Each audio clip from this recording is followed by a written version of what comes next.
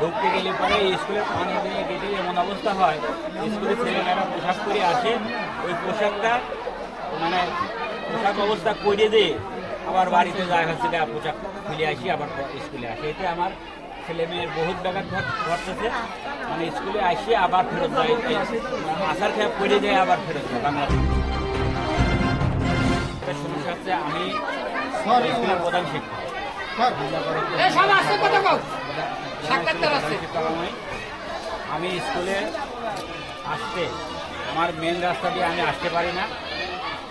16 সাল থেকে এখানে চাকরি করতেছি, এ যাবৎ পর্যন্ত মাঝে মধ্যে আসা যেত, কিন্তু এখন একেবারে আসতে পারে না। রাস্তায় পানি বাড়ি থাকে, আমার শিক্ষক শিক্ষিকারাও আসতে পারে না।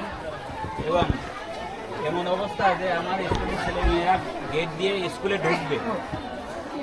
ঢুকতে গেলে পরে স্কুলের পানি দিয়ে গেটে এমন অবস্থা হয়, স্কুলের ছেলেমেয়েরা পোশাক পরে আসে, ওই পোশাকটা মানে পোশাক অবস্থা করে দিয়ে আবার বাড়িতে যায় হচ্ছে পোশাক খুলে আসি, আবার স্কুলে আসে। এতে আমার ছেলে মেয়ের বহুত ব্যাঘাত ঘটতেছে। মানে স্কুলে আসি আবার ফেরত যায়, আসার খেয়ে পড়ে যায় আবার ফেরত যায়। বাংলা ভাষায় আমাদের সমস্যা তো বলছি, আমি মোটরসাইকেল নিয়ে আসতে পারি না, আমি মোটরসাইকেল নিয়ে স্কুলে আসতে পারি না। আমি মোটরসাইকেল পাশের এক বাড়ি রেখে আসি, আমার মোটরসাইকেলের একটা সেফটি আছে, সেটাও আমি কি করে অন্য বাড়ি রেখে আসি। এবং আমি আমার 5জন শিক্ষিকা এই পথে আসতে পারে না। যদিও আসে এই পানি ছিটা পড়ে শিক্ষক শিক্ষিকাদের কাগজ নষ্ট হয়।